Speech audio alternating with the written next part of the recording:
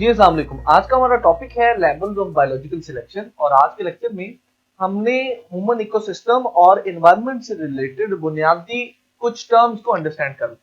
तो आज के लेक्चर में हम बात करेंगे इकोलॉजी क्या होती है, एनवायरनमेंट से क्या मुराद है, इकोसिस्टम क्या होता है, कम्युनिटी, पॉपुलेशन और बायोस्फीयर एक्सेट्रा।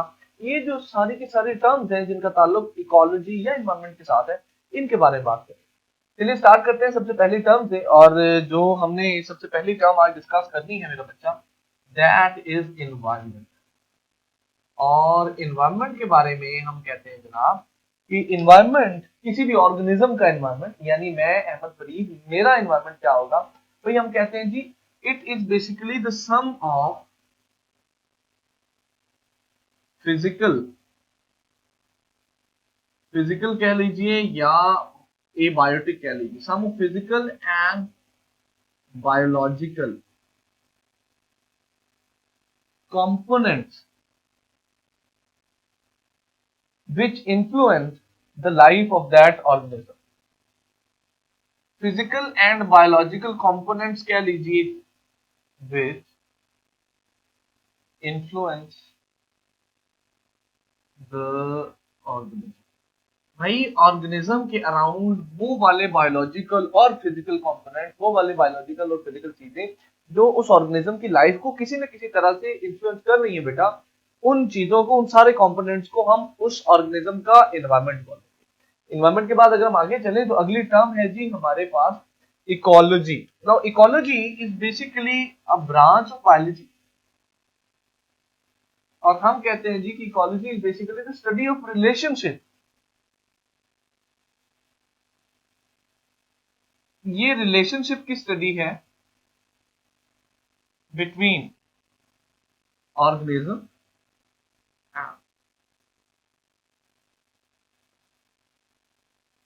It's environment.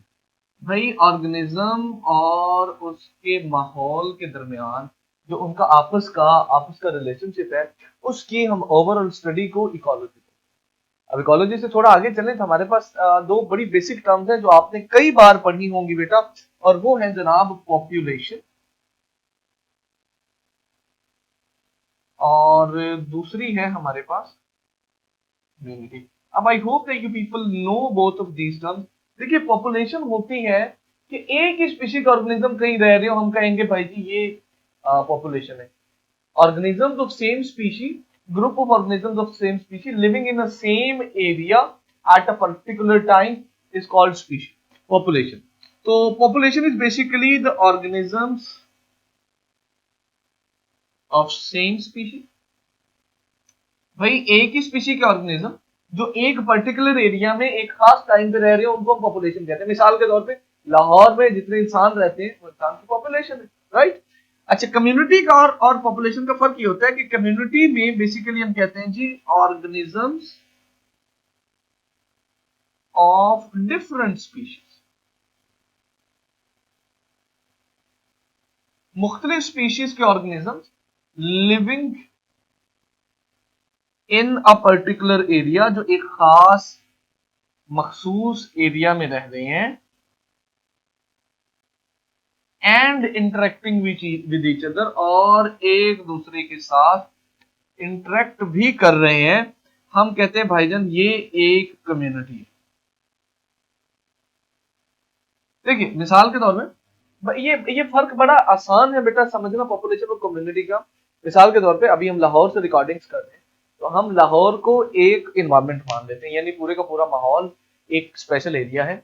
अब अगर हम इस लाहौर में सिर्फ इंसानों की बात करेंगे तो वी से दिस इज पॉपुलेशन, जो एक स्पीशीज का ऑर्गेनिज्म है, एक जगह पे रह रहे हैं एक स्पेशल टाइम पे। अब अगर हम इंसानों के साथ बाकी स्पीशीज के ऑर्गेनिजम्स को भी इंक्लूड कर लें तो वो कम्युनिटी बन जाती है। This is. अच्छा, कम्युनिटी से देखिए अगर हम आगे चलें तो हमारे पास अगला कॉन्सेप्ट आता है इकोसिस्टम का। अगली डेफिनेशन, अगली टर्म है हमारे पास इकोसिस्टम। भाई इकोसिस्टम के बारे में हम ये कहते हैं कि ये this is basically a unit of environment. ये माहौल का एक यूनिट होता है बेटा जो कि बनता है हमारे पास as a result of interaction between community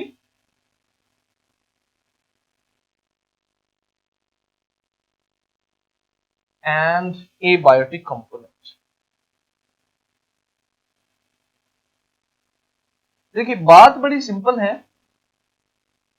community में हम सिर्फ लिविंग ऑर्गेनिजम्स की बात कर रहे होते हैं, जिंदा चीजों की बात कर रहे होते हैं। अब अगर उन जिंदा चीजों के साथ हम उसी एरिया की नॉन लिविंग चीजों को भी ऐड कर दें, यानी living components plus non living components, तो ये जो आपके पास एंटिटी बनती है, ये जो यूनिट बनता है, इसको हम इकोसिस्टम कहते हैं।